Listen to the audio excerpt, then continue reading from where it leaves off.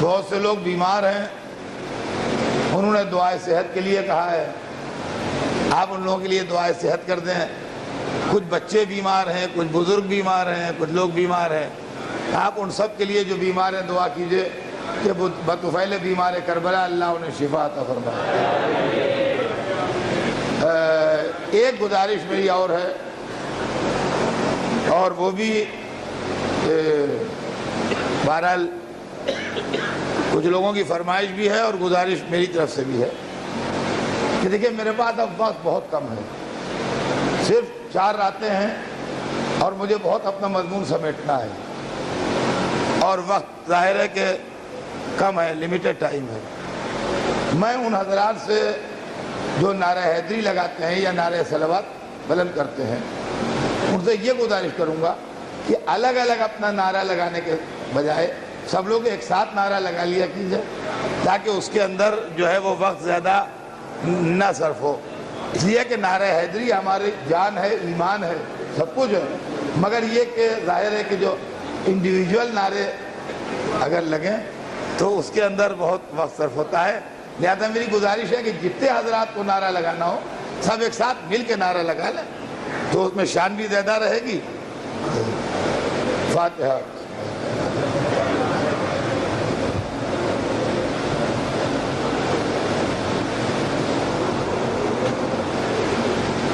اعوذ باللہ السمیع العلیم من الشیطان اللعین الرجیم، بسم اللہ الرحمن الرحیم، الحمد للہ رب العالمین، والصلاة والسلام علی سیدنا و شفیعنا ابی القاسم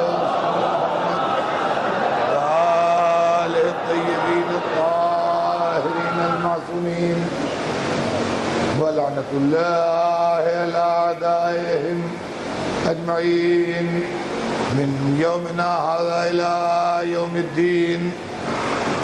اما بعد فقط قال اللہ سبحانہ تبارک و تعالی فی کتابہ المبین وہو اصدق الصادقین، ولا تلبسوا الحق بالباطل وتکتموا الحق وانتم تعلمون۔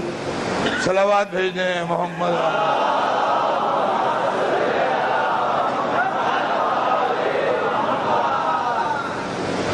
خدا عالم قرآن مجید میں ارشاد فرما رہا ہے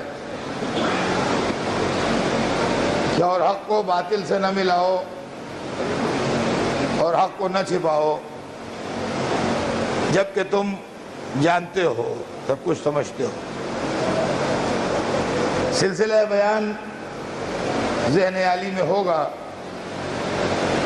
ہمارے آپ کے درمیان گفتگو مذہب اور سیاست کے موضوع پر چل رہی ہے۔ سیاست نے بادشاہت اور ملوکیت کی شکل اختیار کر کے مذہب کو جتنا نقصان پہنچایا ہے اتنا کسی اور طاقت نے مذہب کو نقصان نہیں پہنچایا۔ سیاست کے دامن پر قرآن کی غلط تعویلیں کرنے کے دھبے ہیں،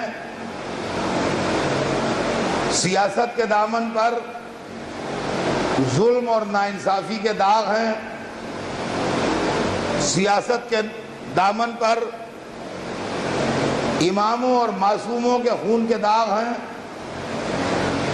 بے گناہ انسانوں کو قتل کرنے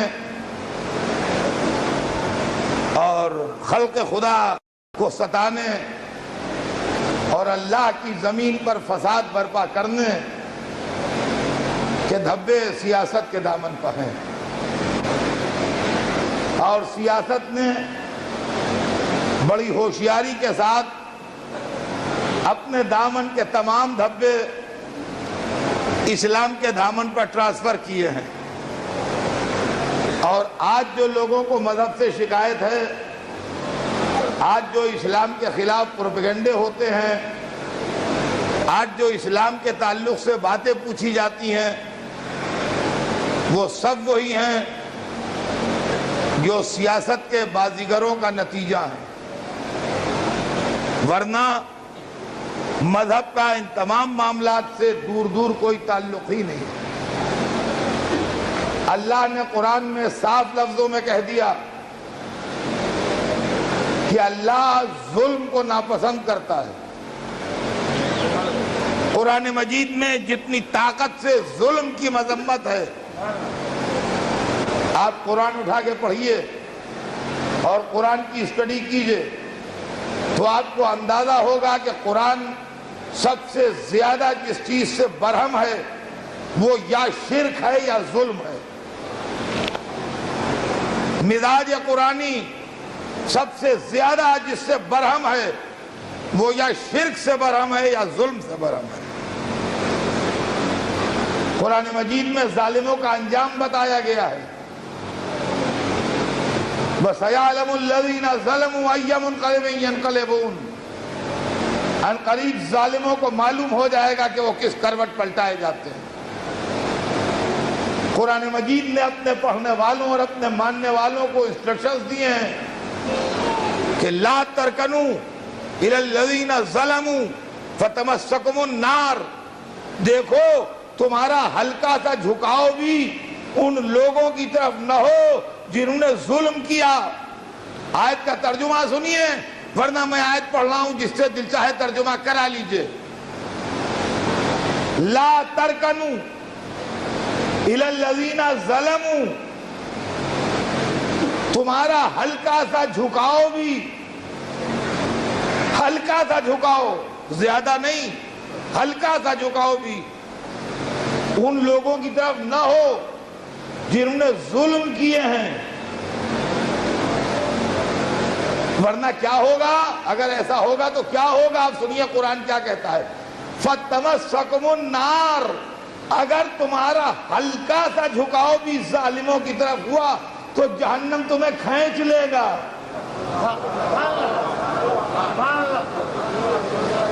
جہنم تمہیں کھینچ لے گا، تمہارا ہلکا سا جھکاؤ بھی ادھر نہ ہو جنہوں نے ظلم کیا ہے، ورنہ جہنم تمہیں کھینچ لے گا۔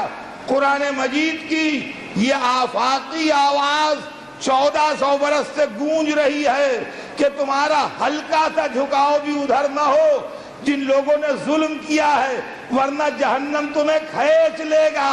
ساری دنیا مانتی ہے کہ یزید ظالم تھا، ہم ہر سال اسی لیے محرم مناتے ہیں۔ صلوات بر محمد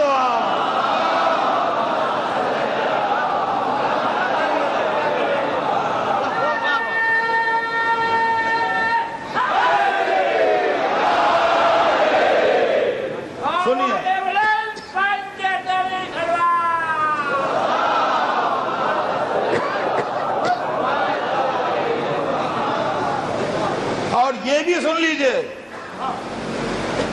کہ الہی عہدہ اور اللہ کی طرف سے کسی کا اپائنٹ کیا جانا، اس کے اندر بھی بین لگا ہوا ہے کہ جو ظالم ہیں ان کو نہیں ملے گا۔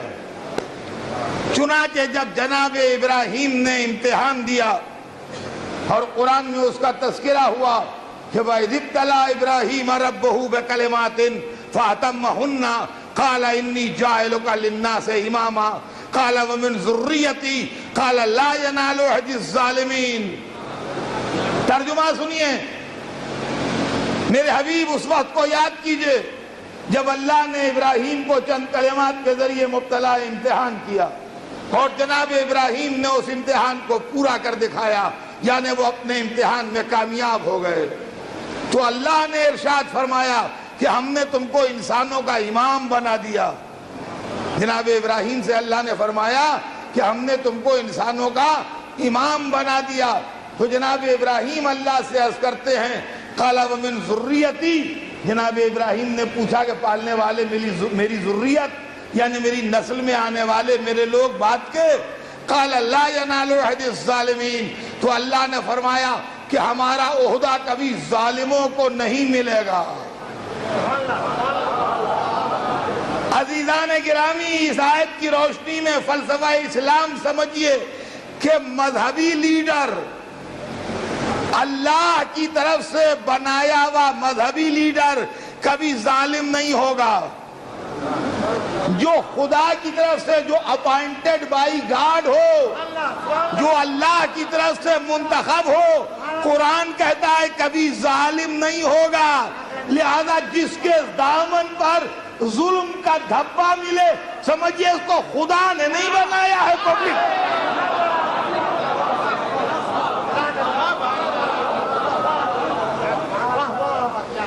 اسلام دین عدل ہے، اسلام دین عدل ہے، اور اسلام کی جو تھیوری ہے کائنات میں امن و امان قائم کرنے کی، وہ عدل کی بنیاد پر ہے۔ جسٹس عدل ہی کا نام ہے، جسٹس، انصاف۔ اور اسی لیے ہم اس بات کے قائل ہیں کہ اللہ عادل ہے، اس لیے کہ اگر اللہ عادل نہ ہوگا تو بندوں کے ساتھ انصاف کرے گا کیسے؟ رسول معصوم ہے،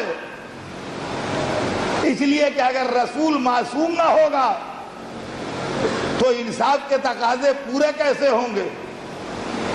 اور امام بھی معصوم ہے، اس لیے کہ اگر امام معصوم نہ ہوگا تو غیر معصوم کی رہبری انسان کو غلط راستے کی طرف ڈال سکتی ہے۔ اب اللہ نے قرآن میں کہا کہ ہمارا عہدہ ظالموں کو نہیں ملے گا، الہی عہدہ۔ میں دنیا کی بات نہیں کرتا، دنیا کے ٹائٹل جس کو جو مل جائیں، میں کچھ ہو جاؤں، اللہ سے کوئی مطلب نہیں ہے۔ الہی عہدے کی پہچان یہ ہے کہ وہ ظالم کو نہیں ملے گا۔ ظالم کہتے کسے ہیں؟ ظالم دو طرح کا ہوتا ہے، دو وجہوں سے آدمی ظالم ہوتا ہے۔ وہ بھی ظالم ہے جو دوسرے پر ظلم کرے، اور وہ بھی ظالم ہے جو اپنے پر ظلم کرے۔ مذہب نے ظلم کی دو قسمیں بتائی ہیں، ظالم لغیرہ ہی، یعنی دوسرے پر ظلم کرنے والا۔ میں نے آپ کا پیسہ لے کے کھا لیا، آپ پر ظلم کیا۔ میں نے آپ کے مکان پر قبضہ کر لیا اور پھر زندگی بھر آپ کو اس پر قبضہ نہ ملا، آپ پر ظلم کیا۔ میں نے کسی کو تماچا مارا، اس پر ظلم کیا۔ میں نے کسی کو قتل کیا، اس پر ظلم کیا۔ ایک وہ ظلم ہے کہ میرے ظلم کا اثر دوسرے پر پڑا، اور ایک ہوتا ہے ظالم لنفسہ ہی۔ میں نے کسی کو نہیں ستایا، کسی کا پیسہ نہیں کھایا، کسی کا گھر نہیں چھینا، کسی کو تماچا نہیں مارا، مگر نماز قضا کی۔ صاحب آپ سے کیا مطلب؟ آپ سے کیا پریشانی ہے آپ کو؟ میں نہیں اٹھتا سویرے، رمضان آیا نہیں رکھے میں نے روزے، آپ کو کیا پریشانی ہے؟ آپ سے کچھ مانگ رہا ہوں، آپ سے کچھ چھین رہا ہوں، آپ کو ستا رہا ہوں، آپ کو ڈسٹرب کر رہا ہوں، آپ کا دھندا بگاڑ رہا ہوں، کیا کر رہا ہوں آپ کا؟ میں آپ سے کوئی تعلق میرا نہیں ہے، مگر روزہ نہیں رکھتا۔ مذہب کہتا ہے یہ بھی ظالم ہے، یہ دوسرے پر ظلم نہیں کر رہا ہے، اپنے اوپر ظلم کر رہا ہے۔ دیکھیے ایک کیل لی میں نے، وہ آپ کے بھوگ دی، اور ایک لی اپنے بھوگ لی۔ ظالم لے نفسہ ہی اور ظالم لے غیرہی، اور فرمایا آپ نے تو جو آدمی نہ اپنے اوپر ظلم کرے نہ دوسرے پر ظلم کرے. دیکھیے شرک انسان کا پرسنل معاملہ ہے. کوئی آدمی اللہ کو ایک مانتا ہے یا دوسرے کو اس میں شریک کرتا ہے، یہ آدمی کا بالکل پرسنل معاملہ ہے. میرے شرک کرنے سے تو کوئی پریشانی نہیں ہوگی. اگر میں مشرک ہو گیا تو آپ کو کیا پریشانی ہے؟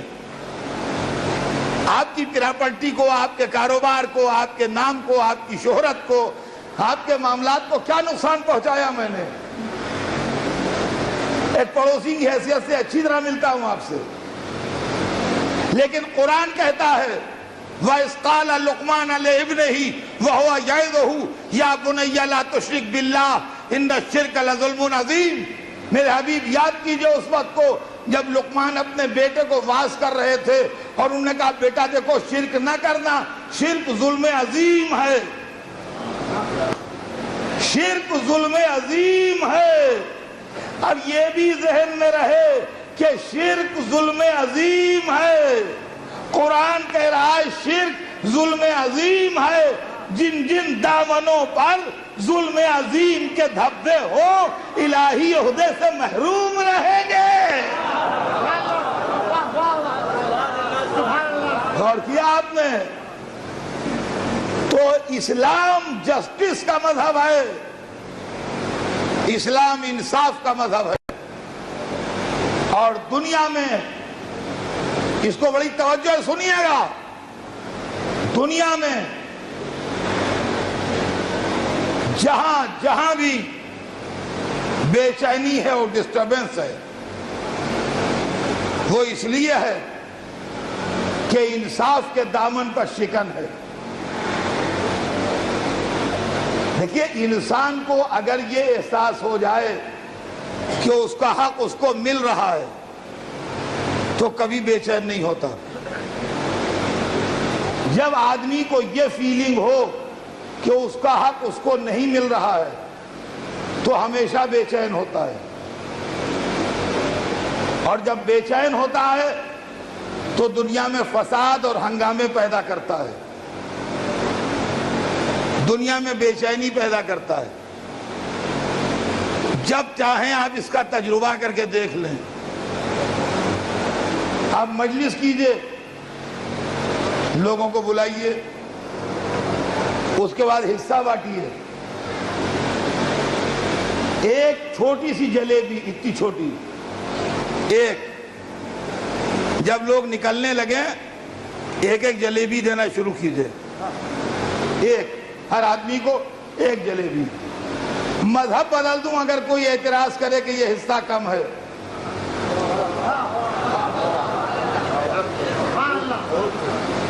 جو ہے وہ بڑے ادب سے وہ ایک جلیبی لے گا اور احترام سے اس کو لیے ہوئے آگے بڑھ جائے گا. آپ بانٹتے رہیے، مجمع نکل رہا ہے، ایک ایک جلیبی آپ دے رہے ہیں. جہاں آپ نے کسی کو دو دی وہیں پیچھے والے نے کہا جناب ان میں کیا خاص بات تھی جو دو دی. جہاں عدل کے دامن پر شکن پڑی وہیں اعتراض ہوا. اب آئیے میں آپ کو دوسرا تجربہ بتاؤں. یہ تو بڑا ایکسپیرینس ہے، مجلس کیجئے، لوگ بلائیے. نہیں، اس سے بھی ایزی نسخہ، گھر ہی میں تجربہ کر لیجئے. ہر گھر میں ماشاءاللہ چھوٹے چھوٹے بچے، اور آپ جس ایج گروپ میں ہیں آپ کا رشتہ ان سے، یا آپ کے بیٹا بیٹی ہیں یا آپ کے پوتے نواسے ہیں، مگر 6 برس 5 برس 4 برس 7 برس 8 برس اتنے لڑکے لڑکیاں گھر میں 6-7 ہیں. آپ ایک ڈبے میں مٹھائی لائیے، برفی کی ڈلیاں ہیں مثلاً، اور سب بچوں کو جمع کیجئے اور ایک ایک سب کو دے دیجئے. سب بڑے پیسفلی لے کے خوشی خوشی چلے جائیں گے. سب بچے مٹھائی کھاتے ہوئے خوشی خوشی چلے جائیں گے. دوسرے دن پھر ڈبہ لائیے, پھر سب بچوں کو جمع کیجئے, پھر ایک ایک ڈلی سب بچوں کو دیجئے, اور دوسرے دن ایک بچے کو 2 ڈلیاں دے دیجئے. بس جیسے ہی آپ نے 2 دی ویسے ہی بچے لڑنے لگیں گے, ویسے ہی بچے لڑنے لگیں گے. ہمیں بھی 2 لائیے, کوئی ڈبے میں ہاتھ ڈال دے گا, کوئی اس سے ایک چھیننے لگے گا, سارا معاملہ ڈسٹرب ہو جائے گا. جہاں عدل کے دامن پر شکن پڑی وہیں نظام گڑبڑ ہو جائے گا. عزیزان گرامی, اسلام میں ایڈمنسٹریشن کی بنیاد جو ہے وہ عدل ہے. اسی لیے اسلام کا اللہ عادل ہے, نبی اور امام معصوم ہیں. فرمایا ہم نے. اور آج جبکہ دنیا میں نظام عدالت ڈسٹرب ہے اور انسان کو یہ فیلنگ ہو رہی ہے کہ اس کا حق کھایا جا رہا ہے اور اس کو نہیں مل رہا ہے, تو دنیا میں ڈسٹربنس پیدا ہے. اور یہ ڈسٹربنس نہ فوج روک سکتی ہے, نہ پولیس روک سکتی ہے, نہ CID روک سکتی ہے, کوئی نہیں روک سکتا. یہ میری فورکاسٹ سن لیجئے. اس کو اگر روک سکتا ہے تو عدل روک سکتا ہے. اور ہمارے مذہبی کتابوں میں ہمیں ہمارے رسول خبر دے گئے ہیں کہ جب ہمارا آخری نائب آئے گا تو دنیا کو عدل سے بھر دے گا.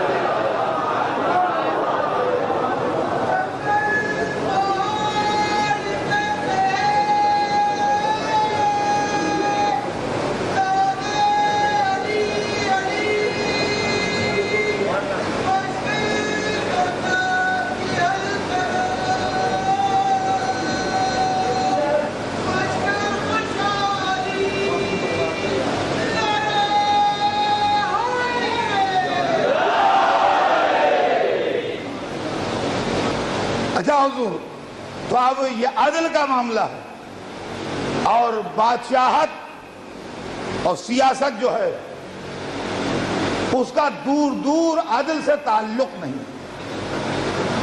عزیزان گرامی, اسلام اگر سمجھنا ہے تو آپ اسلامی اصول سے سمجھیے. فکر کو بدلنا پڑے گا. 1400 برس سے جو ذہنوں میں, سیاست میں اور ملوکیت میں کلر بٹھا دیے ہیں, وہ کلر گھس گھس کے رگڑ رگڑ کے ہٹانا پڑے گا. اس لیے کہ ان کا تعلق انصاف سے اور جسٹس سے نہیں ہے. میں بار بار جو اس پر زور دے رہا ہوں وہ کس لیے دے رہا ہوں؟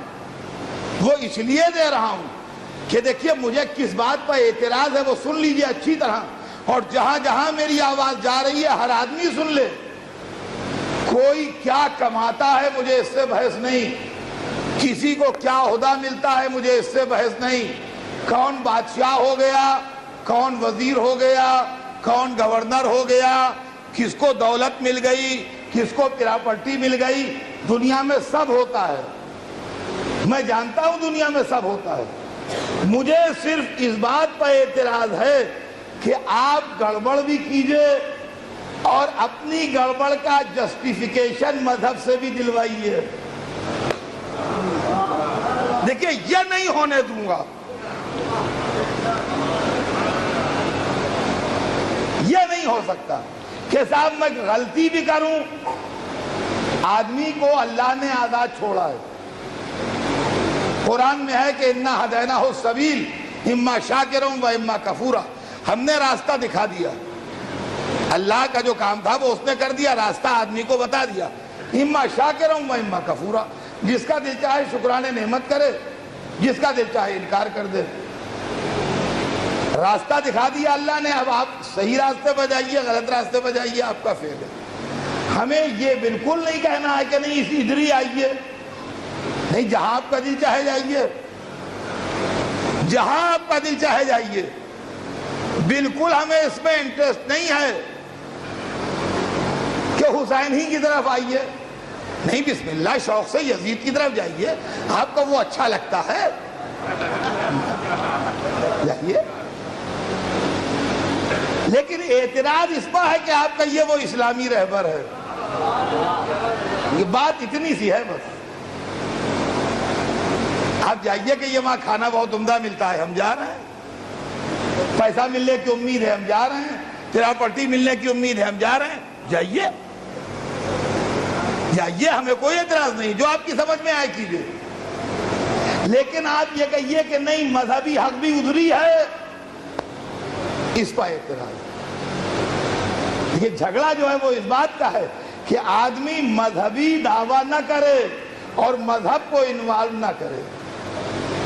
ہم تو چاہتے ہیں، ہر آدمی کی تمنا ہے کہ دنیا کا ہر آدمی اچھا بنے، لیکن اچھا بنے یا برا بنے اس کا فعل ہے، لیکن اپنی برائی کو چھپا کے اور مذہب کی طرف سے اس کا جسٹیفیکیشن پیش کرے، یہ غلط ہے۔ اسلام میں یہی ہوا، اسلام میں یہی ہوا یہ کہ جب لوگ مسلمانوں کے نام پر بادشاہ بن گئے تو اسلام کے قاعدے سب کے لیے برابر ہیں، اسلام میں ڈسکریمنیشن نہیں ہے، اسلام کے سارے احکام خود رسول اللہ کے لیے بھی تھے، نماز ان پر بھی واجب ہوتی تھی، روزے وہ بھی رکھتے تھے، تو جب رسول اللہ کو اللہ نے چھوٹ نہیں دی کہ بھئی تم تو رسول ہو، روزہ رکھو نہ رکھو، مگر دیکھو امت رکھے، ایسا نہیں ہے اسلام میں۔ ارے بھائی تم تو ہمارے حبیب ہو، ہمارا تمہارا آپس کا معاملہ ہے، نماز پڑھو یا نہ پڑھو، پبلک سے کہو پڑھے، یہ بات نہیں تھی اسلام میں۔ سب سے زیادہ اور سب سے بہتر نماز خود رسول نے پڑھی، سب سے زیادہ اور سب سے بہتر روزے خود رسول نے رکھے، تو ہر عمل کی مکمل تصویر خود حضور تھے۔ تو اب کوئی بادشاہ سلامت کو چھٹی مل جائے یا کسی نواب کو دولت کے بل کے اوپر اسلام ریلیکسیشن دے دے یا کوئی 150 مسلس پاور والے جمع کر لے تو بھیا وہ جو چاہے کرے، مگر اسلام اس کو جسٹیفائی نہیں کرے گا۔ یہاں مسئلہ یہ ہے کہ بادشاہ سلامت پینا بھی چاہتے ہیں اور اسلام سے جسٹیفیکیشن بھی چاہتے ہیں، تو اب یہ دونوں چیزیں کیسے ہوں؟ تو اس کے لیے ایک ایسا طبقہ مولویوں کا پیدا ہوا جو مذہب کے اور بادشاہ کے بیچ میں دلالی کرتا تھا۔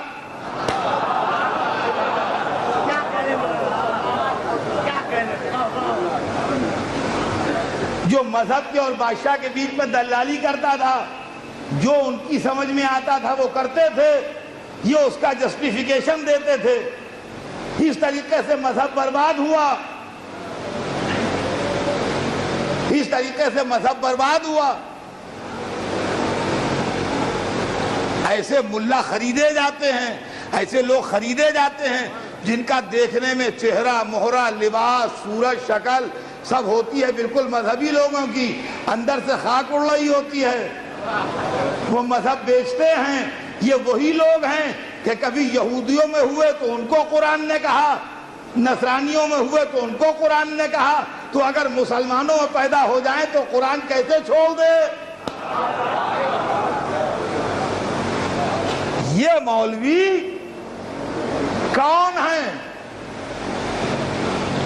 اچھے مولوی بھی ہیں اس میں، دیدار مولوی بھی ہیں، ایسے مذہبی عالم بھی ہیں جو جان دے دیں گے مگر غلط بات نہیں کریں گے، ایسے بھی ہیں جو سر کٹا دیں گے مگر سودا نہیں کریں گے دین کا۔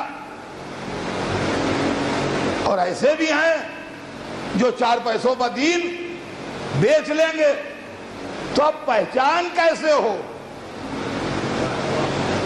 اب پہچان سنیے، پہچان کیسے ہو کہ کون مولوی صحیح ہے کون مولوی غلط ہے؟ دیکھیے جس لائن پر رسول اللہ جا رہے ہیں جو اسی لائن پر چل رہا ہے سمجھیے صحیح ہے، اور جو اپوزٹ ڈائریکشن میں جا رہا ہے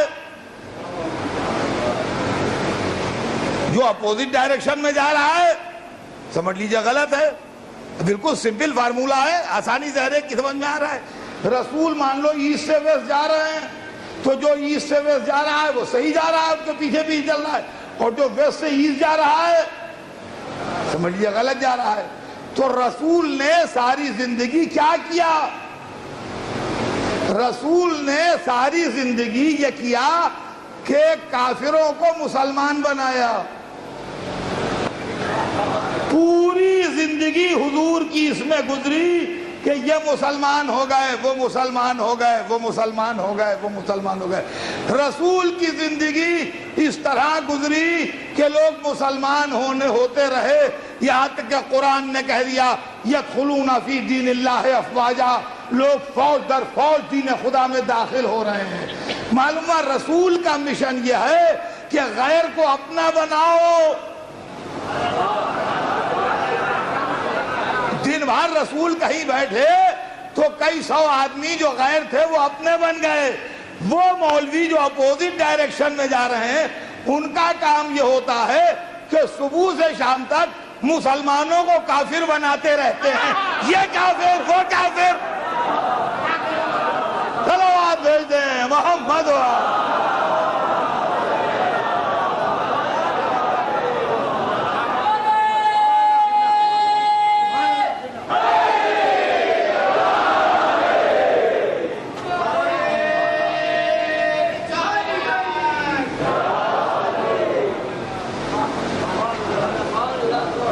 اسلام کس مصیبت میں گرفتار ہے؟ ساری دنیا کس طریقے سے اس کو ٹارگٹ بنائے ہے، کس طریقے سے اعتراضات ہو رہے ہیں. آپ دنیا کی خبر تو لیجئے کہ جہاں کتابیں ملینز میں چھپتی ہیں، ہم آپ کیا کتاب لکھیں گے اور کیا کتاب چھاپیں گے اور کیا کتاب ڈسٹریبیوٹ کریں گے. ایک کتاب کی تعداد اشاعت 500 لکھی ہے، ایک کتاب کی 1000 لکھی ہے، تو 1000 کتاب چھپ کے کرے گی کیا اور سوسائٹی کو متاثر کتنا کرے گی. اور وہ دنیا کی جیتی جاگتی زندہ قومیں جہاں 5-5 ملین کتابوں کا ایک ایڈیشن چھپے اور سال میں 3 چھپ جائیں اور اس میں اسلام کے اگینسٹ میں لکھا جائے، ان غریبوں کو اس کی خبر ہی نہیں کیا ہو رہا ہے، دین کدھر جا رہا ہے، کیا ہمارے خلاف سازشیں ہو رہی ہیں. یہ اسی میں خوش ہیں کہ شیعہ کافر.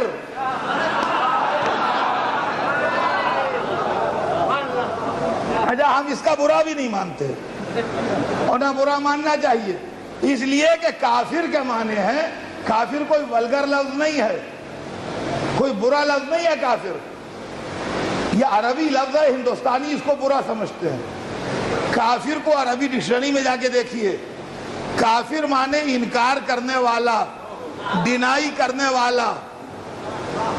کسی چیز سے جو آدمی انکار کرے وہ اس کا کافر ہے.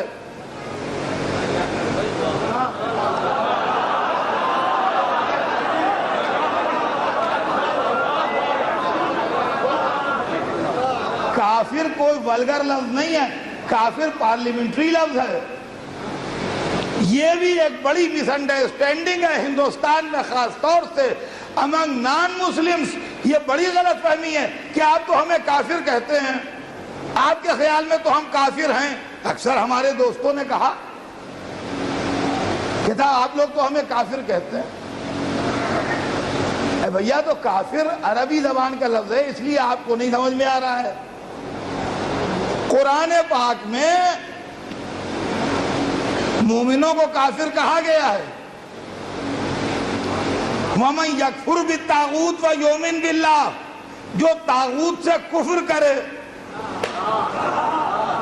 اور اللہ پر ایمان لائے۔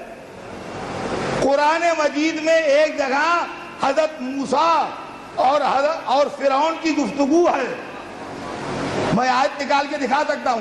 قرآن میں ایک جگہ حضرت موسیٰ اور فرعون کی گفتگو ہے، تو فرعون کہتا تھا میں خدا ہوں، حضرت موسیٰ مانتے نہیں جو اس کو خدا، تو فرعون حضرت موسیٰ سے کہہ رہا ہے کہ تم کافر ہو۔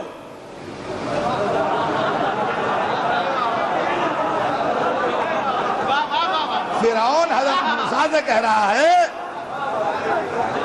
کہ تم کافر ہو۔ کافر ہو کا کیا مطلب ہے؟ یعنی تم مجھے اللہ نہیں مانتے ہو۔ تو یہ جو کہا جاتا ہے بھئی کافر، کیا تو کافر ہیں، تو یہ کوئی برا ماننے کی ایک تو بات نہیں ہے۔ کافر کوئی گالی نہیں ہے، کافر کوئی غیر پارلیمانی لفظ نہیں ہے، کافر کوئی کسی کو برا کہنے والی بات نہیں ہے۔ کافر کے معنی انکار کرنے والا۔ میں اکثر و بیشتر یہ بات کہتا ہوں کہ میں ڈائبیٹک ہوں تو میں شکر نہیں کھاتا، تو جب بھی میٹھی چائے میرے سامنے آتی ہے تو میں واپس کر دیتا ہوں، تو میں شکر کا کافر ہوں۔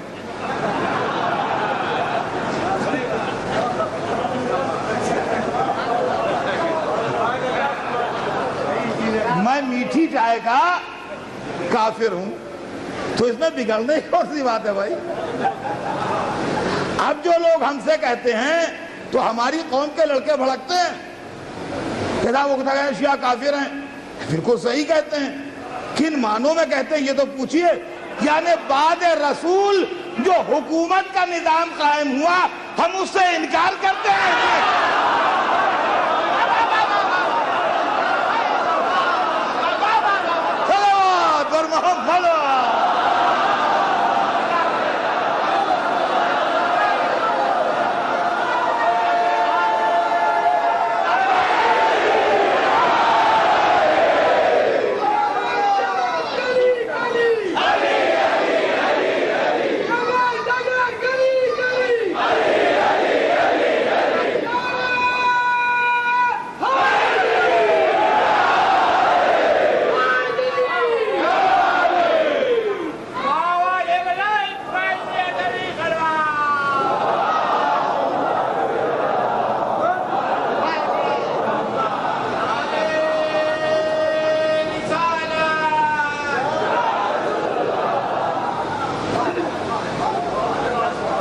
اس منزل کو غور فرمائے حضرات کہ یہ اسلام دوستی نہیں،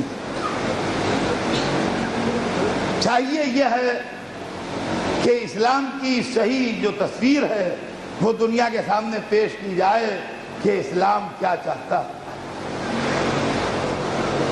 کوئی بادشاہ ہو تو ہو، اس کا اسلام سے رشتہ نہ جوڑیے۔ بادشاہ اچھے بھی گزرے ہیں، برے بھی گزرے ہیں۔ ہندوستان کی تاریخ میں پری اسلامک ٹائم میں بادشاہت تھی، اس وقت بھی اچھے بادشاہ بھی گزرے، برے بادشاہ بھی گزرے۔ آپ کے پڑوس میں ایران ہے، ایران کا میں بادشاہ اچھے بھی گزرے، برے بھی گزرے۔ ضحاک ایک بادشاہ گزرا ایران میں جو بہت ہی ظالم تھا، آج تک اس کا نام لیا جاتا ہے ظالم کے ساتھ۔ اور نوشیروان ایک بادشاہ گزرا جو بہت عادل تھا، تو آج تک اس کی تعریف ہوتی ہے اور اس کے انصاف کی بات کہی جاتی ہے۔ تو دیکھیے بادشاہ ہو یا رئیس ہو یا نواب ہو یا کوئی بھی انسان ہو، وہ اپنے کیریکٹر کے آئینے میں دیکھا جاتا ہے۔ اگر اس نے اچھائیاں کی ہیں تو اس کی اچھائیاں بیان ہوتی ہیں، اگر اس نے برائیاں کی ہیں تو اس کی برائیاں بیان ہوتی ہیں۔ ہمارا یہی کہنا ہے کہ مذہب کا کسی سے کوئی لینا دینا نہ ہو۔ جھگڑا جو ہوتا ہے، ہمیشہ یہ اصول ذہن میں رکھیے، جھگڑا جو ہوتا ہے وہ اس لیے ہوتا ہے کہ لوگ دولت کے نشے میں چاہتے ہیں کہ اپنی شخصیت پر مذہبی مہر بھی لگوا لے۔ اور عزیزان گرامی، اگر آپ قرآن پڑھیں تو آپ کو یہ حقیقت واضح ہو جائے گی کہ جناب ابراہیم اور نمرود کا جھگڑا جو ہے وہ خالی ایک نبی و بادشاہ کا جھگڑا نہیں ہے. سمجھیے بات کو. نمرود خالی ایک بادشاہ نہیں تھا حضرت ابراہیم کے زمانے میں. ہو سکتا ہے کہ اگر وہ خالی بادشاہ ہوتا تو حضرت ابراہیم کا ایٹیٹیوڈ اس سے کچھ اور ہوتا. نمرود بادشاہ بھی تھا اور بادشاہ ہونے کے ساتھ ساتھ یہ بھی کہہ رہا تھا کہ میں خدا بھی ہوں. تو چونکہ بادشاہت کے ساتھ دعویٰ خدائی بھی کر رہا تھا لہذا ابراہیم سے جھگڑا ہوا. فرعون حضرت موسیٰ کے پیریڈ میں خالی بادشاہ نہیں تھا کہ وہ خالی بادشاہ ہو سکتا ہے کہ اگر خالی بادشاہ ہوتا تو جناب موسیٰ کا اس کے ساتھ کچھ اور طریقہ ہوتا. لیکن فرعون بادشاہت کے ساتھ ساتھ اپنے کو خدا بھی کہتا تھا کہ میں خدا بھی ہوں. تو جناب موسیٰ کا فرعون سے جھگڑا ہوا. تو معلومات جو اقتدار کے ساتھ مذہبی لیڈرشپ کا دعوے دار ہوتا ہے اہل مذہب کا اس سے جھگڑا ہونا ضروری ہے. نمرود خالی بادشاہ نہیں تھا اپنے کو خدا بھی کہہ رہا تھا. فرعون خالی بادشاہ نہیں تھا اپنے کو خدا بھی کہہ رہا تھا. یزید خالی بادشاہ نہیں تھا اپنے کو خلیفہ بھی کہہ رہا تھا. سمجھے آپ؟ خالی بادشاہت کی بات نہیں تھی. دعویٰ خلافت بھی تھا. دعویٰ خلافت بھی تھا. خلیفہ کے معنی کیا ہیں؟ خلیفہ کے معنی سکسیسر، نائب، خلیفہ رسول، سکسیسر آف پرافٹ، نائب پیغمبر اسلام. تو آپ بتائیے کہ کیا حکومت و دولت و طاقت کے زور میں اسلام کا مذاق اڑانے والے کو چھوڑ دیا جائے اور کچھ نہ بولا جائے کہ لوگ کہتے حسین کیوں آئے، کیوں نکلے، کیوں ٹکرائے؟ ارے یہ ظالم دنیا پتہ نہیں کب تک دہشت گردوں اور ظالموں اور قاتلوں کی دولت کو دیکھ کے ان کی غلامی کرتی رہے گی.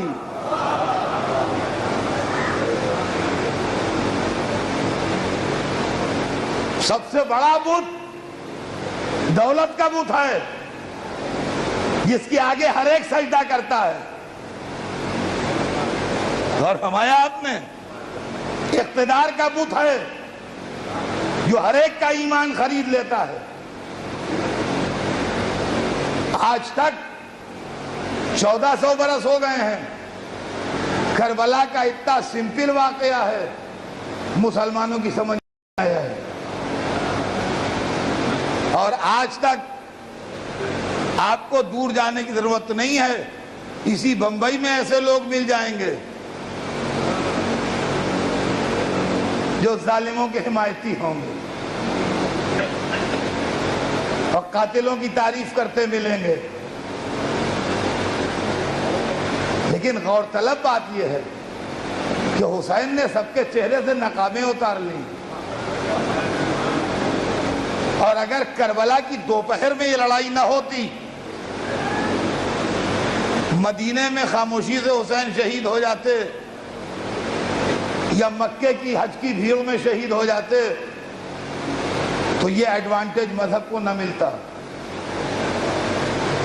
ایڈوانٹیج تو مذہب کو اس وقت ملا جب وہ اپنے بھرے گھر کو لیے ہوئے میدان میں آ گئے. میدان میں آ گئے اور چاروں طرف سے ان کو گھیر لیا گیا. اور گھیرنے والے وہ تھے جو کلمہ پڑھ رہے تھے.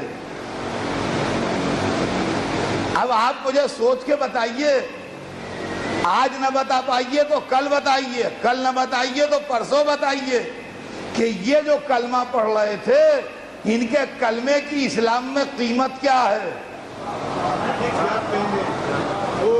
جو 6 مہینے کے پیاسے بچے کو تیر مار کے کلمہ پڑھے، جو رسول کے نواسے کو ذبح کر کے کلمہ پڑھے، جو رسول کی نواسی کے سر سے چادر چھین کے کلمہ پڑھے،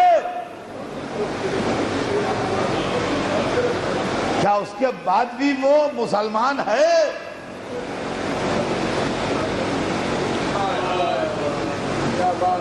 کیا اس کے بعد بھی وہ اس قابل ہے کہ اسلام میں رکھا جائے؟ اور اگر مسلمان نہیں ہے تو اس کا مطلب یہ ہے کہ اسلام کے نام پر میجارٹی ایسے لوگوں کی تھی جو مسلمان نہیں تھے۔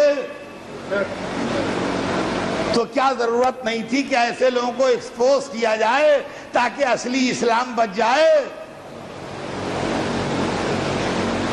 عزیزان گرامی، آج وقت تمام ہوا، کل آگے بڑھے گی بات۔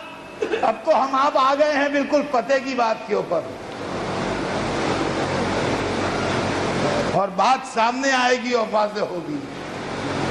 آج تو صرف اتنا کہ 7ویں رات آ گئی،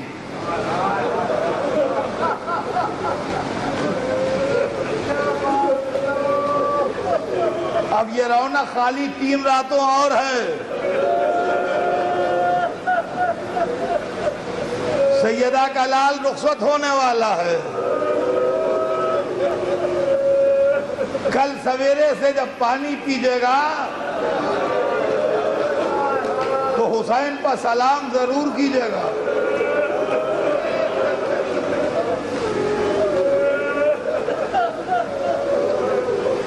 بھول نہ جائیے گا، کل سویرے سے جب بھی پانی پیجے کہیے حسین آپ پر سلام۔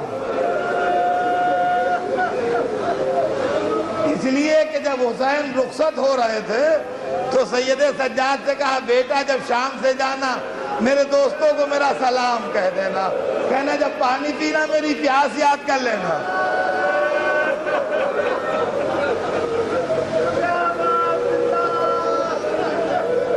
اور عزیزان گرامی، آج کی رات اور کل کا پورا دن جو آئے گا،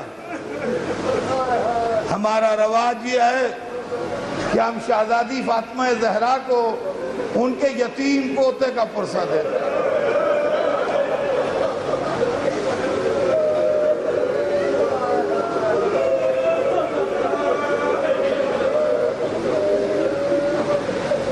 میں اکثر و بیشتر یہ سوچتا ہوں اور مجلس میں پڑھتا بھی ہوں کہ بیوہ عورت کے لیے اس کا بیٹا بہت بڑا سہارا ہوتا ہے، اس لیے کہ اس کی زندگی کا چمن اس وقت اجڑ جاتا ہے جب اس کا شوہر مر جاتا ہے۔ پھر جب وہ بچہ جوان ہونے لگتا ہے تو اس اجڑے ہوئے چمن میں پھر بہار آنے لگتی ہے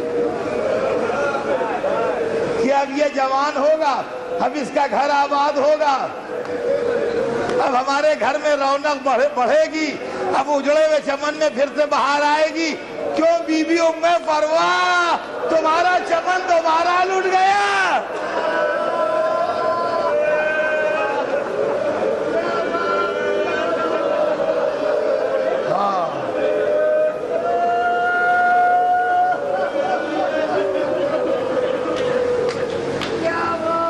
روایت بتاتی ہے کہ ہر شہید کو آسانی سے اجازت مل گئی، مگر 2 کے لیے مشکل پڑی۔ ایک تو عباس کو لڑنے کی اجازت نہ ملی، وہ تو آخر تک نہ ملی، اور دوسرے قاسم کو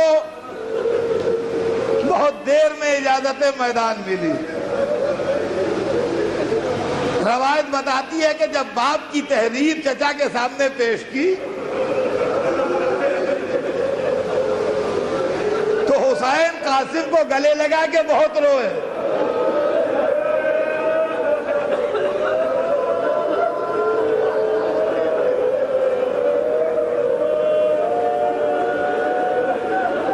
بہت روئے. 13 برس کے شہزادے کو گلے لگا کے رخصت کیا. حدیث میں کسی شہید کو رخصت کرتے وقت حسین اتنا نہیں روئے جتنا قاسم کو رخصت کرتے وقت روئے. اور جب قاسم جانے لگے تو گریبان چاک کر دیا. روایت میں ہے کہ بچہ زرہ بھی پہنے ہوئے نہیں تھا. اور بات سمجھ میں بھی آتی ہے, زرہ جوانوں کی بنتی ہے, بچوں کی نہیں بنتی ہے. تو قاسم زرہ کہاں سے پہنتے؟ لیکن تاریخ میں ہے دشمنوں کی روایت کہ جب قاسم ابن حسن حسین کے لشکر کی طرف سے آئے تو ایسا لگا جیسے چاند کا ٹکڑا.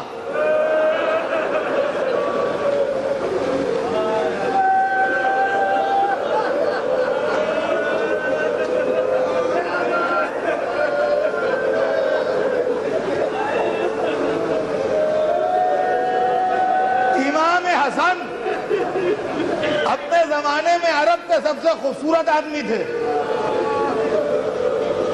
امام حسن علیہ السلام اپنے دور میں عرب کے سب سے خوبصورت انسان تھے. اور ان کے بیٹے جناب قاسم بھی. دشمن کہتے ہیں جب قاسم آئے تو ایسا لگا جیسے حسین کی طرف سے چاند کا ٹکڑا. یہ حدیث تو فضیلت ہی کی ہے, مگر مجھے رونا آتا ہے. میں یہ سوچتا ہوں دشمن جسے چاند کہہ رہا ہے, ماں کیا کہتی ہوگی, بہنیں کیا کہتی ہوگی, پھوپھیاں کیا کہتی ہوں گی.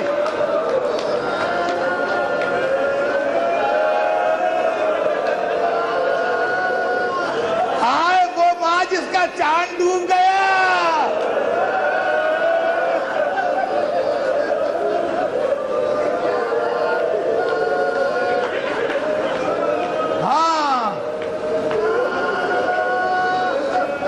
میری بہنیں جو مجلس سن رہی ہیں, میں ان سے کہوں گا آپ بی بی ام فروا کو پرسا دیجئے. اور یہاں جو مرد مجلس سن رہے ہیں امام حسن کو پرسا دیجئے. ارے سبط اکبر, بیٹے کی تعزیت قبول کیجئے.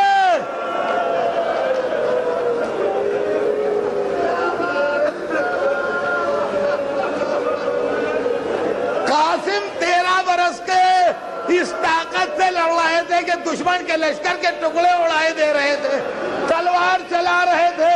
کہہ رہے تھے کیا تمہیں نہیں معلوم میں قاسم ہوں, حسن کا بیٹا, علی کا پوتا.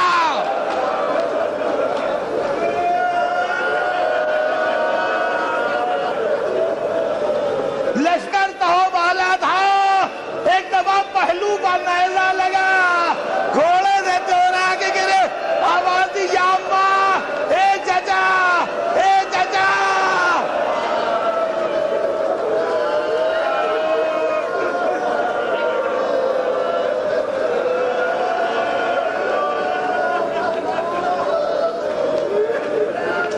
حدیث میں ہے کہ حسین اتنا تیز کسی کی میت پر نہیں گئے جتنا تیز میت قاسم پر گئے, مگر جب گئے تو قاسم دنیا میں نہیں تھے.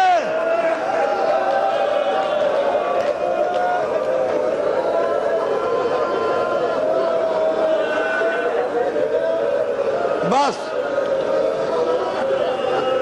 یہ معجزہ غم اہل بیت ہے کہ ہر سال ایک ہی مصائب پڑھتا ہوں اور اسی میں مجلس روتی ہے. 20 دفعہ کا سنا ہوا سن لیجئے اور رو لیجئے. ہر ایک کی میت حسین اٹھا لائے, مگر جب قاسم کی میت اٹھائی تو حسیر طلب کی.